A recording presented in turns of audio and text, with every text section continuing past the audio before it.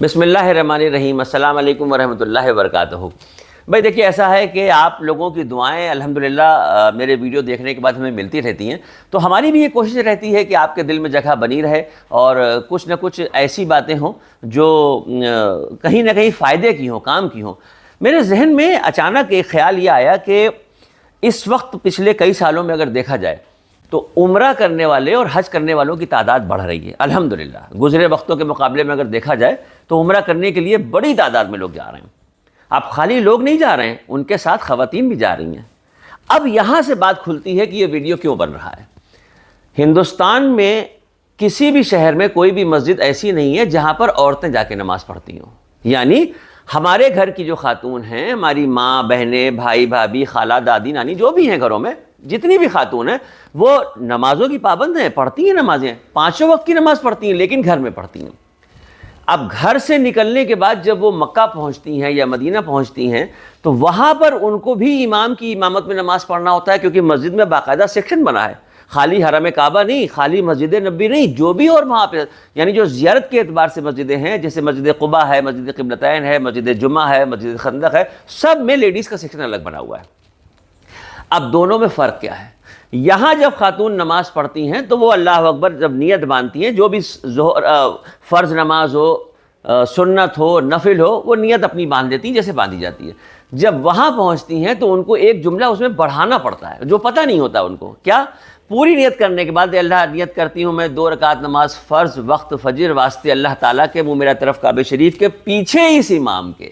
یہ ورڈ پیچھے اس امام کے جب آپ بول دیتے ہیں تو اب ساری بات امام کی طرف چلی گئی۔ اب آپ کو امام کی اتباع کرنا ہے، امام کی امامت میں نماز پڑھنا ہے۔ ایک تو یہ چیز ہو گئی۔ دوسری چیز، ایک چیز اس میں بہت خاص یہ ہے کہ چونکہ ہندوستان کی خواتین کبھی مسجد کے اندر نہیں گئیں، اس وجہ سے مسجد میں ان کو اندر کا ماحول نہیں پتا کہ نماز کیسے ہوتی ہے۔ مسجد میں اور گھر میں فرق یہ کہ گھر میں وہ تنہا نماز پڑھتی ہیں، جا نماز بچھائی اور نماز پڑھ لی، لیکن مسجد میں کیا ہے کہ باقاعدہ جماعت کے لیے صف بنی ہوتی ہیں اور پہلی صف سے پہلے ایک جا نماز اکیلی ہوتی ہے جہاں سے امام صاحب امامت کرتے ہیں۔ جس جگہ سے امام امامت کرتے ہیں اس کے پیچھے چاہے جتنی دور تک صفیں بنتی چلی جائیں کوئی حرج نہیں ہے، لیکن امام صاحب جہاں سے امامت کر رہے ہیں اگر اس سے آپ آگے، جیسے یہاں پر امامت ہو رہی ہے اور یہ بھیڑ کافی دور تک چلی گئی اور لوگ آگے بڑھ گئے تو نماز نہیں ہوگی، نماز نہیں ہوگی۔ مدینہ منورہ میں کہا جاتا ہے کہ ایک نماز پہ 50,000 نیکیوں کا ثواب ملتا ہے۔ اور ابھی میں 1 مہینہ پہلے جب عمرہ کر کے آیا، میں نے خود وہاں پہ یہ نظارہ دیکھا کہ مسجد نبوی کے باہر کا جو حصہ ہے، جو صحن کا حصہ ہے، اس میں جہاں سے، چونکہ امام صاحب جہاں سے امامت کرتے ہیں وہ تو کورڈ ایریا ہے، لیکن اس کے بعد کافی کچھ کھلا ایریا ہے۔ بڑی تعداد میں خواتین جو تھیں وہ امام صاحب کی جو لائن بنی ہوئی ہے باقاعدہ زمین پہ ایک کالے رنگ کی، اس سے کئی فٹ کیا کئی میٹر آگے کھڑی ہوئی تھی۔ لینگویج پرابلم ہے وہاں پہ، بڑی تعداد میں لوگ سمجھا رہے تھے کہ دیکھیے خاتون یہ آپ غلط بیٹھی ہوئی ہیں، لیکن چونکہ کوئی عربی بول رہا ہے، کوئی ٹرکی بول رہا ہے، کوئی مصری بول رہا ہے، کوئی لبنانی بول رہا ہے، کوئی ہندوستانی بول رہا ہے، تو زبان نہیں سمجھ میں آنے کی وجہ سے وہ عورتیں بیٹھی رہتی تھیں۔ افسوس ہوتا تھا یہ دیکھ کے کہ یہ اتنا مشقت کر کے یہاں تک آئی ہیں، مسجد نبوی میں نماز پڑھنے کے لیے آئی ہیں اس یقین سے کہ ان کو ایک نماز پہ، ایک رکعت پہ 50,000 کا نیکیوں کا ثواب ملے گا، لیکن وہ امام سے آگے کھڑی ہونے کے بعد اپنی نماز کو اللہ توبہ خراب کیے لے رہی ہیں، جس پہ ثواب نہیں ملے گا، کیونکہ آپ اصول کے خلاف جا رہے ہیں۔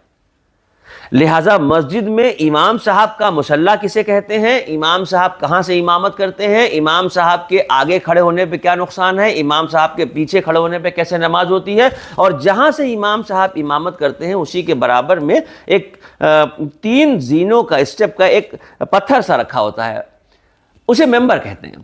چونکہ خواتین مسجد نہیں گئی اس لیے ان کو نہیں پتا، وہ ممبر ہوتا ہے، اس پہ کھڑے ہو کے، وہ ہفتے میں 1 دن اس کا استعمال ہوتا ہے، جمعے کے دن۔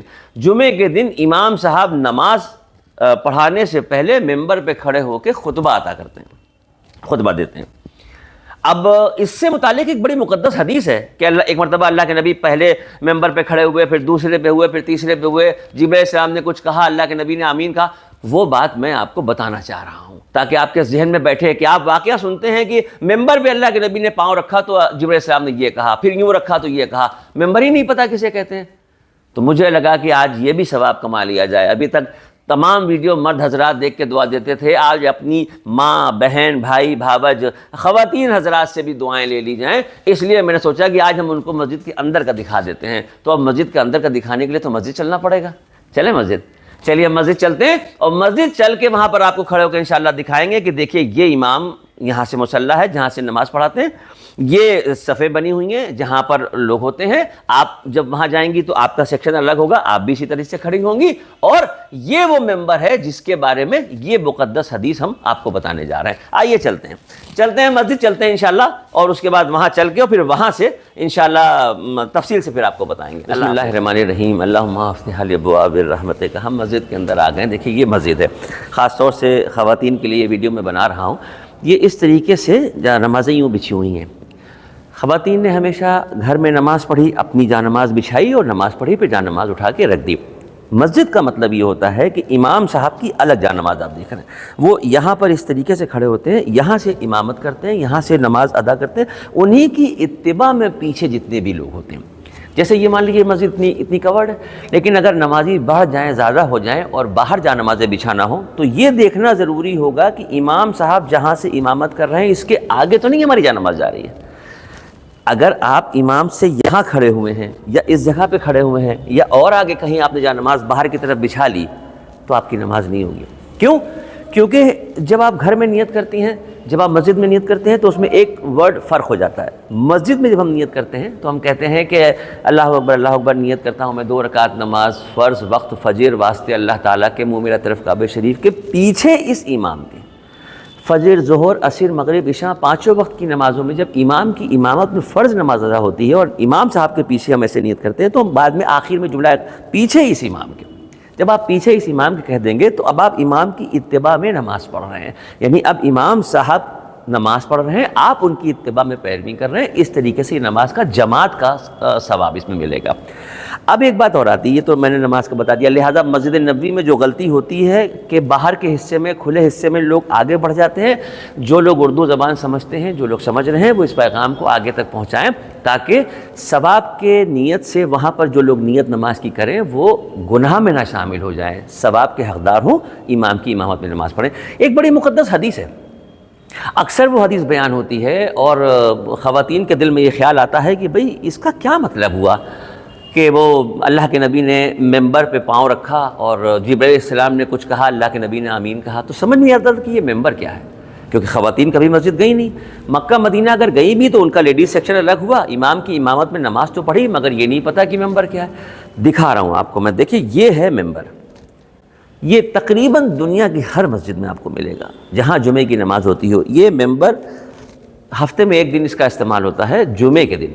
جمعے کے دن امام صاحب نماز کی امامت سے پہلے اس ممبر پہ کھڑے ہوتے ہیں اور یہاں سے خطبہ ارشاد فرماتے ہیں، اس کے بعد نماز ہوتی ہے۔ اب وہ حدیث آپ کو بتا رہے ہیں کہ مسجد نے پہلا پاؤں رکھا اور آمین کہا، دوسرے پہ آپ نے اپنا قدم مبارک رکھا، آمین کہا، پھر تیسرے پہ آپ نے آمین کہا۔ تینوں بار آپ نے آمین کہا، اس کے بعد آپ نے خطبہ ارشاد فرمایا جمعے کا، اور خطبے سے فارغ ہونے کے بعد آپ نے امامت فرمائی، اتباع میں صحابہ اکرام نے آپ کے نماز پڑھی۔ جب نماز سے فارغ ہو گئے سب تو تمام کے تمام صحابہ اکرام نے ہاتھ جوڑ کے عرض کیا کہ یا رسول اللہ اس کا کیا مطلب ہوا؟ آج پہلی بار ایسا دیکھا کہ آپ نے ممبر پہ قدم رکھا اور آپ نے 3 مرتبہ الگ الگ آمین کہا۔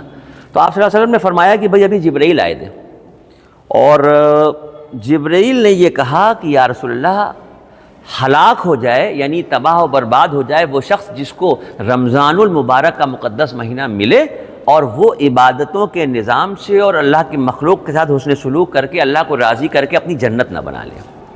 تو میں نے کہا آمین۔ پھر جب میں نے دوسرا قدم رکھا تو جبرائیل نے کہا یا رسول اللہ ہلاک ہو جائے، تباہ و برباد ہو جائے وہ شخص جس کے ماں باپ بڑھاپے کی حالت میں اس کو ملے اور وہ اپنے ماں باپ کی خدمت کر کے انہیں راضی کر کے اپنی جنت نہ بنا لے۔ یعنی اگر کسی کے ماں باپ دونوں یا دونوں میں سے کوئی ایک زندہ ہے اور وہ بوڑھی حال میں ہے، بڑھاپے کے عالم میں ہے، اور اولاد ان کی خدمت کر کے ان کی دعائیں لے کے ان کو راضی کر کے اپنی جنت نہ بنا لے تو وہ شخص ہلاک ہو جائے۔ پھر آپ صلی اللہ علیہ وسلم نے تیسرے ممبر میں پاؤں رکھا، آپ نے ارشاد، تو جبرائیل السلام نے عرض کیا کہ یا رسول اللہ تباہ و برباد ہو جائے، ہلاک ہو جائے وہ شخص جس کے سامنے آپ کا نام نامی آئے اور وہ آپ پہ درود نہ بھیجے۔ تو میں نے کہا آمین۔ تو اب آپ اندازہ کر کے دیکھیں کہ یہ کیا، یہ دعا کہیں کہ بد دعا کہیں، کچھ سمجھ میں نہیں آتا۔ لیکن ہمیں یہ پتہ چلتا ہے کہ اس حدیث کے بعد، اس کو سننے کے بعد یہ پتہ چل گیا کہ اگر ماں باپ زندہ ہیں تو ان کی خدمت کر کے جنت بن سکتی ہے۔ اگر رمضان کا مہینہ ملا ہے، کس کو ملا ہے، کس کو آگے ملے گا نہیں پتہ۔ آج کا روزہ جنہوں نے رکھا ہے کل ان کو روزہ ملے گا کہ نہیں ملے گا نہیں پتہ۔ موت زندگی اللہ کے اختیار میں ہے، لہٰذا جو ملا ہے موقع رمضان المبارک کا، اللہ کو راضی کر لیا جائے، رو کے گا کے عبادتوں کا نظام بہتر کر کے اللہ کے بندوں کے ساتھ، اللہ کی مخلوق کے ساتھ حسن سلوک کر کے اللہ کو راضی کر لیا جائے، اور نبی کریم صلی اللہ علیہ وسلم کا نام نامی آئے اور ان کا امتی ان پہ درود نہ پڑے۔ ایک کیسی مطلب عجیب سی بات ہے۔ اللہ حفاظت فرمائے اور اس لمحے کے بعد سے ہمیں یہ توفیق دے کہ جب بھی میرے کانوں میں نبی کریم سرکار دو عالم صلی اللہ علیہ وسلم کا نام آئے یا میری زبان پہ ان کا نام آئے تو زبان میں صلی اللہ علیہ وسلم ضرور آنا چاہیے۔ اب آپ بتائیے کہ دعا بد دعا کی طرح سے کون کہہ رہا ہے؟ جبرائیل علیہ السلام۔ کس سے کہہ رہے ہیں؟ اللہ کے نبی سے۔ اور اللہ کے نبی منع نہیں کر رہے ہیں کہ نہیں نہیں جبرائیل ایسا نہ کہو، آمین فرما رہے ہیں، اس لیے کہ بھٹکے ہوئے لوگ اپنے آپ کو سنبھال لیں، ماں باپ کی اہمیت کو سمجھ کے ان کی خدمت کر لیں۔ رمضان المبارک کا مہینہ نصیب سے ملتا ہے، نصیب والوں کو ملتا ہے، جن کو ابھی تک ملا ہے پتہ نہیں کل کا روزہ کس کو ملے گا، پتہ نہیں اگلے سال کے رمضان کس کو ملیں گے، یہ نصیب کی بات ہے۔ لہذا جب تک سانس چل رہی ہے، آنکھ کھلی ہے، منا لو اس رمضان کے مہینے میں عبادتوں کا نظام بہتر کر کے، اللہ کی مخلوق کے ساتھ حسن سلوک کر کے اللہ کو راضی کر لیا جائے۔ اور پھر نبی کریم صلی اللہ علیہ وسلم وما ارسلناک الا رحمۃ للعالمین جنہیں کہا گیا، آپ سوچ کے دیکھیے کہ قرآن جن کی معصومیت کی گواہی دے، اللہ اور اس کے فرشتے ان نبی پر درود بھیجتے ہیں، اس لیے اے ایمان والو تم بھی آپ صلی اللہ علیہ وسلم پہ درود بھیجو، جن کے لیے یہ کہا جا رہا ہے اگر ان کا نام سننے کے بعد ہم درود نہیں پڑھتے ہیں تو پھر سن ہی لیا اللہ کے نبی نے کس بات پہ آمین کہا تھا۔ تو لہٰذا اب ہم ارادہ کرتے ہیں کہ نبی کریم سرکار دو عالم صلی اللہ علیہ وسلم کا نام نامی جب بھی ہم سنیں گے یا اپنی زبان پہ لیں گے تو بعد میں صلی اللہ علیہ وسلم ضرور کہیں گے تاکہ ثواب کے حقدار ہو جائیں۔ تو یہ رہا ممبر کا معاملہ، یہ رہا امام صاحب کی امامت کا معاملہ۔ اب انشاءاللہ ہمارے دل سے یہ آواز نکل رہی ہے کہ ہمارے گھر کی جو خاتون ہیں، خواتین ہیں، وہ انشاءاللہ جب مکہ شریف اور مدینہ منورہ عمرے کے لیے یا حج کے لیے جائیں گی تو نماز کی ترتیب کیسے ہوگی اور خطبے کی آواز جو کانوں میں آئے گی وہ کیسے سنیں گے۔ اگر اچھا لگا ہو تو خواتین کو ٹرانسفر کر دیں، یعنی یہ ویڈیو خاص طور سے خواتین اگر ایک دوسرے کو پہنچا دیں گے تو خود بھی ثواب کے حقدار ہوں گے اور انشاءاللہ ہم بھی ہوں گے۔ ہمارے لیے دعاؤں میں ہمارا نام اپنی دعاؤں میں یاد رکھے گا۔ شارق قلبی میرا نام ہے۔ بہت شکریہ۔ السلام علیکم ورحمۃ اللہ وبرکاتہ۔